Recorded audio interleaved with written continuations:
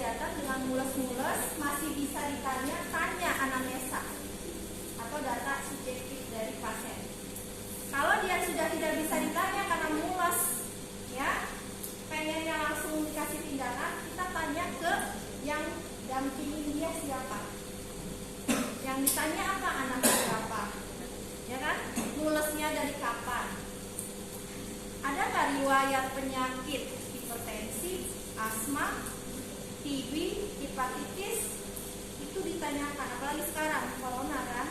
Iya. Terus anaknya berapa? Bapak menafsirkan. Ya. Terus tafsiran persalinannya kapan? Apakah tepat hari ini atau nanti? Atau sudah lewat? Itu yang perlu ditanyakan. Kalau sudah, ya, ibu mules sekarang? Enggak. Kalau mules, saya kasih tahu ya tekniknya. Ngedang, tapi ngedengnya di bawah, nggak boleh di leher. Ya, maksudnya kalau ngedeng di leher itu dia nahan, akan sakit. Ya, coba kalian kalau ngedeng di sini, sakit kan? Kecuali kita ngedengnya di bawah, posisikan ke bawah, seolah-olah ini buang air besar. Ya.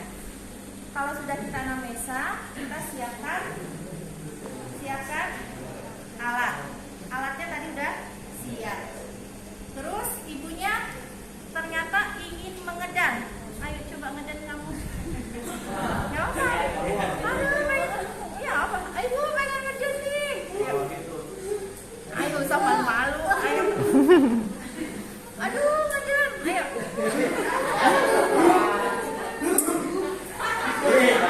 Ceritanya dia ngedang ya. Kita lihat. Oke, kita lihat. Kalau ada pasien sedang observasi terus mengedang, kita lihat tanda gejala kala 2. Tandanya 1, dorongan meneran sudah ada, ya kan? Berarti pembukaan kemungkinan lengkap 10 cm. Terus tekanan pada anus, kita lihat anusnya membuka nggak, menekan nggak, ya, merekam nggak anusnya, ya. Dorateknus, perjol, perineum menonjol. Perineum adalah lubang kemaluan perempuan sampai ke lubang anus. Ini daerah perineum sepanjang ini. Kalau dia sudah kala 2 berarti sudah menekan, meregang. Ya. Dorateknus, perjol, pulpa. Pulpa membuka. Pulpa adalah kalau anatomi itu bagian labia mayor. Membuka, mereka karena kepala sudah menekan ke dasar panggul. Jadi ada tanda gejala kala 2, dorongan meneran, 2, tekanan anus, 3 apa? 3 apa? Perineum menonjol, 4, pulpa membuka. Kalau sudah ada tanda itu, kita dekatkan dan siapkan obat. Ini dekatkan. Ibu digeser ya. Tarik nafas ya. Kita enggak lagi nih? Enggak ya? Masukkan spetnya. Berapa? Oh. Masukkan spet, ya. Isi spetnya adalah steril. Tidak boleh kita pegang pakai tangan secara telanjang. Buka bak instrumen nggak boleh begini, karena saya tahu biasanya mahasiswa tuh begini naruhnya. Nggak boleh, ya. Seperti ini, ya. Ini masukkan, nggak nyentuh kan? Buat. Terus kita ambil oksitosin, patahkan, ya. Coba patahin sama kamu.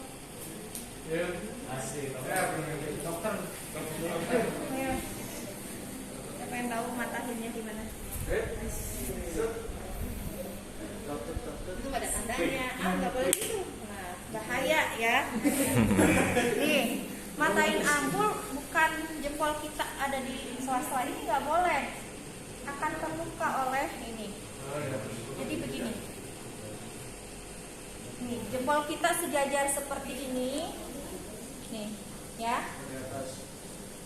Ya.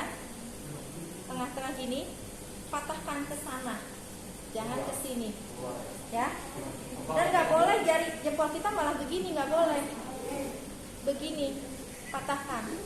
Ini kan nggak ada tanda kan, nggak ada titik kan. Kalau nggak ada titik seperti kalau kecuali ada titiknya.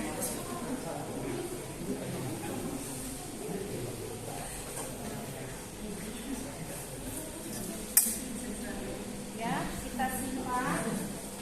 Pakai handscoon sebelah. Pakai ini apa namanya?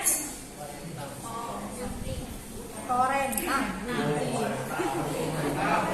Ini korentang bukan gunting ya. Ambil. Ini steril ya, prinsipnya bukan bersih. Ambil korentang ya. Ambil begini. Jangan tergesa-gesa mau masukin tangan. Kebiasaannya kayak gitu kalian. Ada korentang ambil ya, main masukin. Ini kena nggak sama jari kalian? Kena. Pasti kena lah, orang masukin jari kan. Ya? Nggak akan steril kan korentangnya? Kita ambil dulu, simpan supaya korentang tetap steril. Terus kita pakai, ya? Tuh, pakai, lihat. Prinsipnya harus cuci tangan sebelum pakai handscoon, ya. Terus kalau nolong lahiran, tindakan, apalagi kalian kan nanti kalau rumah sakit ada diabetes, mukanya banyak bau, ya kan, ada gangren. Baju nggak boleh cuma sampai sini, harus kesikut supaya nggak nempel. Apalagi nolong lahiran itu banyak darah, ya. Ya, masukkan. Harus pinter pakai handscoon, ya. Saya nggak megang dalam, luar kan, yang saya pegang dalam, ya. Ambil spatnya, masukkan, karena ini langsung aja, nggak akan tumpah kan, karena memang prinsipnya dia. Ambil semua oksitosin, ya. Terus masukkan. Ya, tumpah karena kalau diaspirasi ya tadi saya. Sampai tidak ada udara. Oke, kita simpan. Terus kita ambil setengah koher. Simpan di pinggir. Ambil handscoon. Oke. Tutup. Kenapa ditutup? Karena yang di dalam tidak dipakai untuk sekarang, untuk meminimalisir kontaminasi dengan bakteri dari luar, karena prinsipnya steril bersalin. Ya. Terus ibu dibuka ya, ini dekatkan. Pakai handscoon satunya. Saya handscoonnya bagian luar sekarang karena handscoon sudah dipakai, ya. Sudah. Kalau dia tidak kotor, tidak banyak darah, nggak perlu dibersihkan, ya. Tapi kalau pasien darahnya banyak, ya, harus dibersihkan, ya. Berarti butuh kapas. Nah, kita ambil pakai tangan kiri. Tangan kanan karena akan memasukkan jari ke dalam kemaluan. Buka. Ya.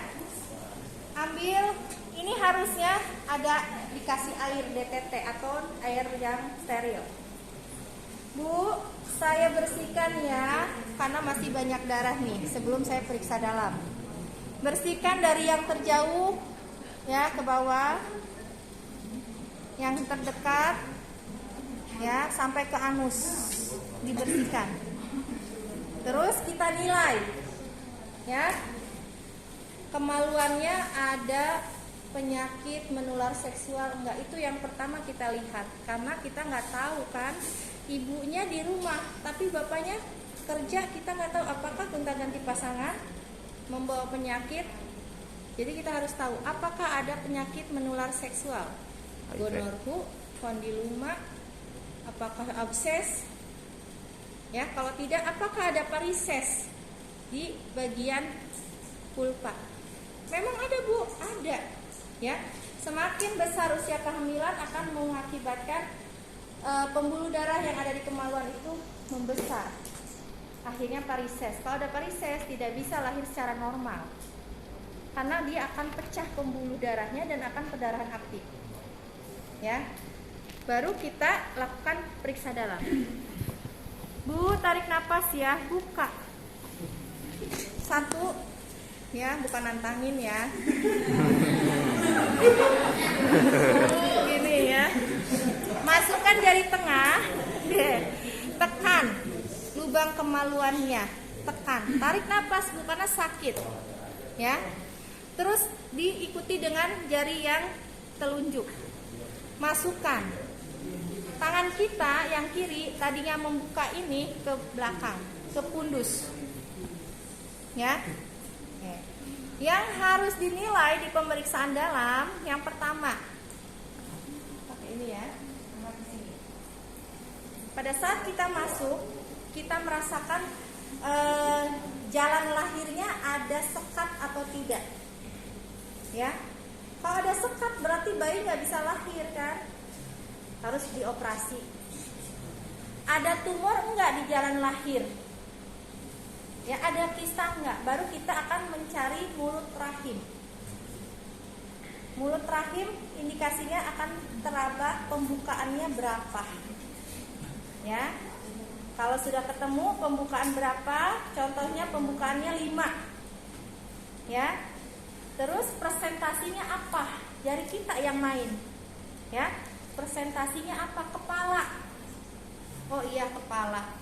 Kalau sudah tahu ketubannya utuh enggak, cairan ketubannya sudah pecah atau tidak, akan teraba, akan kelihatan dan akan kita rasakan. Kalau masih utuh berarti selaputnya itu menonjol. Ya. Terus kalau sudah ketuban, tahu posisi kepalanya ada di mana ujungnya. Dengan bidang Hodge. Pernah dengar? Nah, pernah baca di modul. Baru sih dia belum ada. Ya, ada Hodge. Jadi kepala itu kalau dia belum masuk ada di Hodge 1. Masih melayang di atas panggul. Kalau dia bersalin sudah mau pembukaan lengkap, contohnya ini 10 ya. Itu ada di Hodge 4. Hodge 4 itu kepalanya tepat berada di koksigis. Koksigis apa? Makanan ya. Koksigis. Ini aja deh, koksigis apa? Koksigis apa? Iya, tulang kuning atau tulang duduk ekor ya.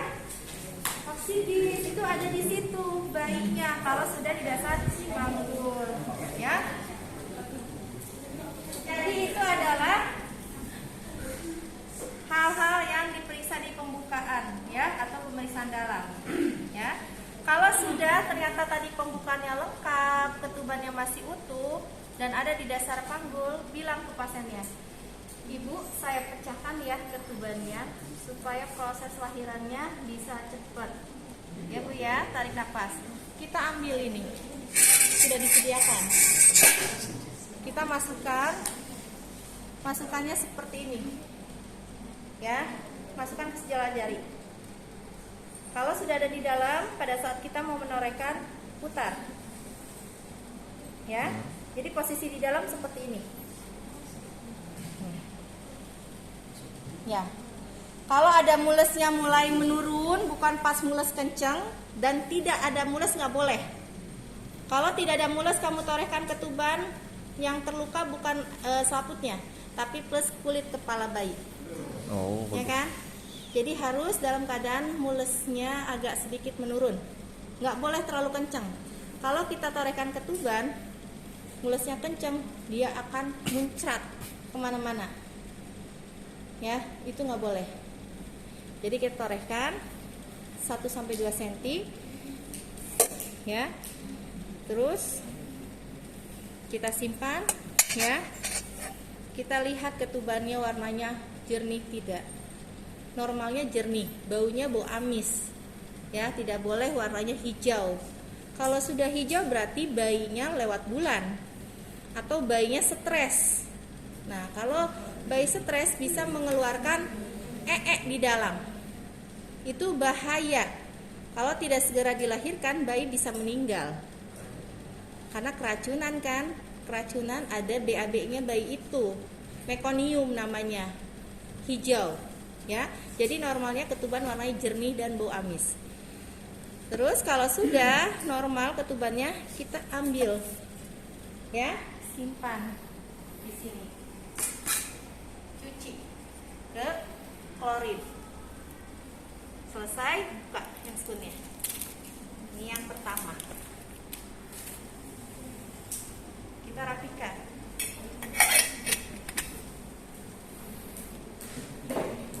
Nah, itu baru pemeriksaan dalam, memastikan pembukaannya lengkap atau tidak.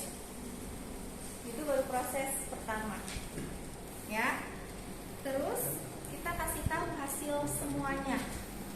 Pembukaannya berapa, kepalanya sudah turun belum, ketubannya pecah apa belum. Sampai sini ada yang ditanyakan?